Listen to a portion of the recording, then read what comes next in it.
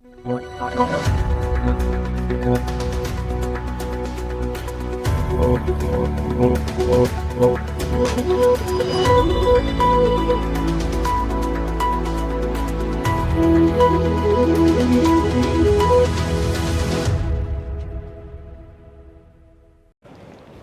Sir, मैंने देखा आप पिछले 4 दिनों में 3 बार इस मुद्दे को लेकर प्रेस कॉन्फ्रेंस कर चुके हैं, जनता के बीच भी जा रहे हैं। तो हमारी ये रुचि थी कि आपसे जानने का प्रयास करें कि आप इस सीज़ फायर का विरोध क्यों कर रहे हैं, जो भारत पाकिस्तान के बीच 10 तारीख को घोषित हुई है, उसका विरोध आप और आपकी पार्टी क्यों कर रहे हैं? तो किसने किया सीज़ फायर? सीज़ फायर की घोषणा किसने की? डोनाल्ड ट्रंप ने। तो डोनाल्ड ट्रंप भारत का प्रधानमंत्री है? नहीं। डोनाल्ड ट्रंप भारत का राष्ट्रपति है? क्या पाकिस्तान और भारत के मसले में तीसरे देश की मध्यस्थता हमने स्वीकार कर ली है? क्योंकि 78 साल से हमारा स्टैंड क्या रहा है कि हम भारत पाकिस्तान के मसले में किसी भी तीसरे देश की मध्यस्थता स्वीकार नहीं करेंगे। डोनाल्ड ट्रंप कहां का चौधरी बन गया भाई? उसको कैसे आपने चौधरी बना लिया? उसको किससे पूछ के आपने चौधरी बना लिया? वो तो मोदी जी के लिए कह रहा है कि व्यापार बंद करने की धमकी देकर हमने सीज फायर करा लिया।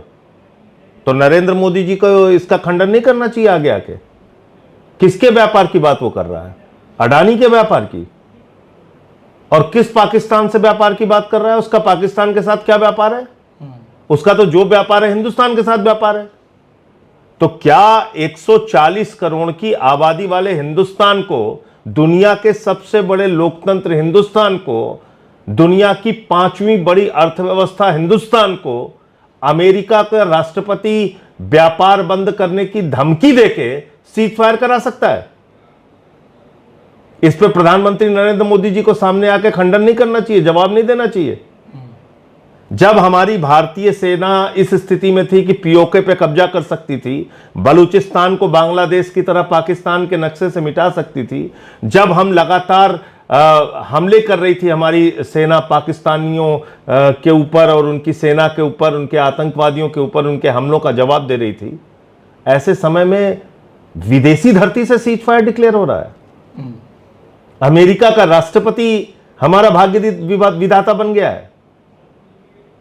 तो यह सवाल है, यह हमने पूछा। भारतीय सेना के शौर्य को, गौरव को हम नमन करते हैं, उनकी बहादुरी को हम नमन करते हैं, लेकिन उनको रोका क्यों आपने? सीज फायर क्यों किया आपने? और जो ट्रंप का दावा है कि व्यापार बंद करने की धमकी देके हमने सीज फायर करा लिया, तो बहुत ही अजीब बात है। मतलब दुनिया की 5वीं बड़ी अर्थव्यवस्था को एक देश का राष्ट्रपति धमका के और सीज फायर करा दे रहा है। तो ये 140 करोड़ हिंदुस्तानियों का अपमान है।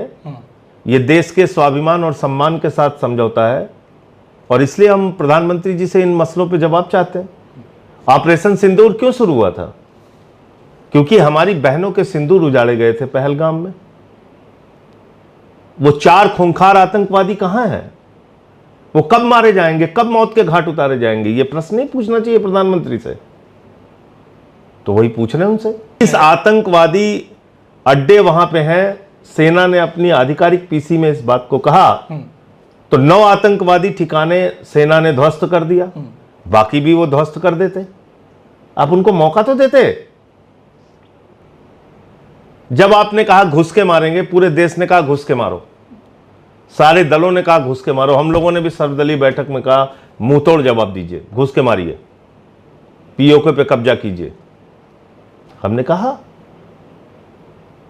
तो आपने देश को विश्वास में लिए बगैर अचानक अमेरिका के राष्ट्रपति ने आपको व्यापार बंद करने की धमकी दी। पता नहीं दी नहीं दी, आपने अब तक उसका कोई खंडन नहीं किया, लेकिन वो खुलेआम दावा कर रहा है, और उसके आधार पर आपने सीज फायर कर दिया। तो इसलिए ये लोगों के मन में सवाल है कि भाई व्यापार किसका? अडानी का,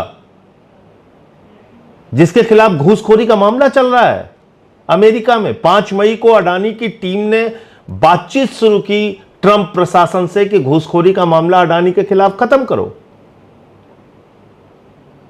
तो क्या हुआ?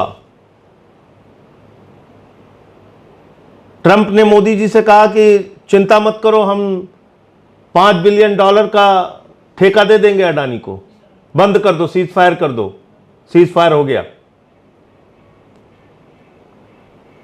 तो आप धंधे व्यापार के लिए देश के स्वाभिमान के साथ समझौता नहीं कर सकते। इन सारे सवालों का आपको जवाब देना पड़ेगा। तो डोनाल्ड ट्रंप का दावा है, अमेरिकी राष्ट्रपति का दावा है कि दोनों देश एक न्यूक्लियर वॉर की ओर बढ़ रहे थे और जिसमें लाखों लोगों की जान जा सकती। क्या मजाक की बात आप करते हैं। आप मुझे बताइए, कारगिल युद्ध के समय हम परमाणु शक्ति संपन्न देश थे कि नहीं थे? पाकिस्तान भी तब भी परमाणु शक्ति संपन्न देश था। तो दोनों देशों के पास तब भी परमाणु हथियार थे। तो क्या हमने अपने स्वाभिमान और सम्मान के साथ समझौता कर लिया? क्या अटल बिहारी वाजपेयी जी अमेरिका के राष्ट्रपति के बुलावे पे गए? वहां नहीं गए। उन्होंने खुलेआम संसद में बात बोली। कम से कम उनकी बात मान लेते नरेंद्र मोदी जी, उनके कथन को, उनकी बातों को याद कर लेते। क्योंकि देखिए, अमेरिका के प्रशासन का जो दावा है, रूबियो का जो दावा है, मार्को रूबियो का, वो क्या कह रहा है?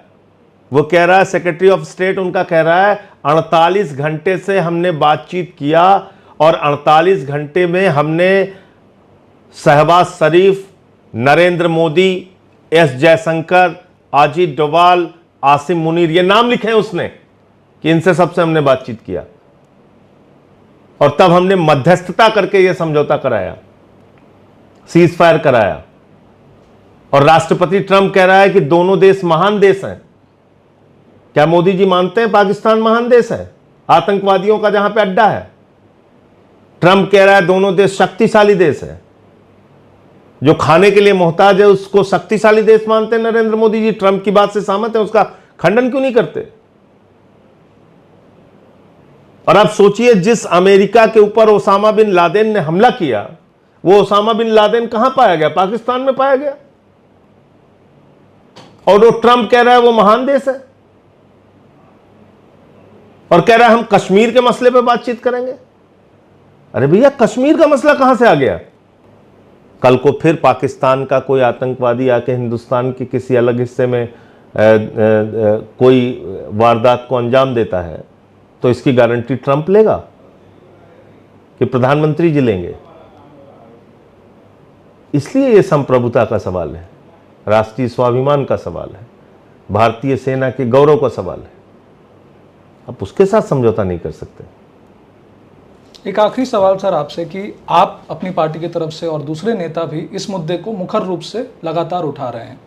क्या इंडिया गठबंधन में भी इसको लेकर आप लोग प्राथमिकता ले रहे हैं, आप लोग आगा ले रहे हैं, इसको लेकर एक कंसेंसस बने? मुझे लगता है कि देखिए, जिस भी दल को या जिस भी नागरिक को ये बात बुरी लग रही है वो इस पे बोल रहे हैं और बोलेंगे आगे। इसमें कोई गठबंधन बना के मुहिम चलाने की आवश्यकता नहीं है। ये बात जो खुली आंखों से सबके सामने दिख रही है उस पर बोलने की आवश्यकता है। भारतीय जनता पार्टी सरकार के मध्य प्रदेश के मंत्री की इतनी हिम्मत हो जाए कि वो भारतीय सेना का अपमान कर रहा है, देश की बहादुर बेटी सूफिया कुरैशी का अपमान कर रहा है, वो पाकिस्तान के आतंकवादियों की बहन कह रहा है सूफिया कुरैशी को। ये भारतीय सेना का अपमान नहीं है, देश की बेटी का अपमान नहीं है, देश की उस बहन का अपमान नहीं है। और प्रधानमंत्री जी इस पे खामोश रहेंगे? ये सवाल नहीं पूछा जाएगा प्रधानमंत्री से कि उसको आपने बर्खास्त क्यों नहीं किया, उसको गिरफ्तार क्यों नहीं किया? आप सेना के मनोबल को तोड़ने का प्रयास कर रहे हैं। आप भारत के विदेश सचिव विक्रम मिस्री के परिवार को, उनकी बेटी को गालियां दिलवा रहे हैं ट्रोल आर्मी से, बीजेपी की ट्रोल आर्मी से। लेफ्टिनेंट शहीद नरवाल की पत्नी हिमांशी नरवाल को ट्रोल आर्मी से गाली दिलवा रहे हैं। तो भारतीय जनता पार्टी सिर्फ देश को तोड़ सकती है, जोड़ नहीं सकती। और मुझे लगता है कि विपक्ष के जिन जिन दलों को या इस देश के जिस नागरिक को यह बात समझ में आ रही है कि सीज फायर करना और उसका जिस तरीके से ऐलान हुआ वो गलत था, वो बोलेंगे इस पर। जिसको नहीं लगता हम उनके बारे में कुछ नहीं कह सकते। नहीं, मैं इसलिए आप बताइए, आपने कहा कि पाकिस्तान ने आपको भरोसा दिलाया कि हम कोई आतंकवादी घटना अब नहीं करेंगे, और पाकिस्तान ने आपको भरोसा दिलाया कि हम कोई सैन्य दुस्साहस नहीं दिखाएंगे।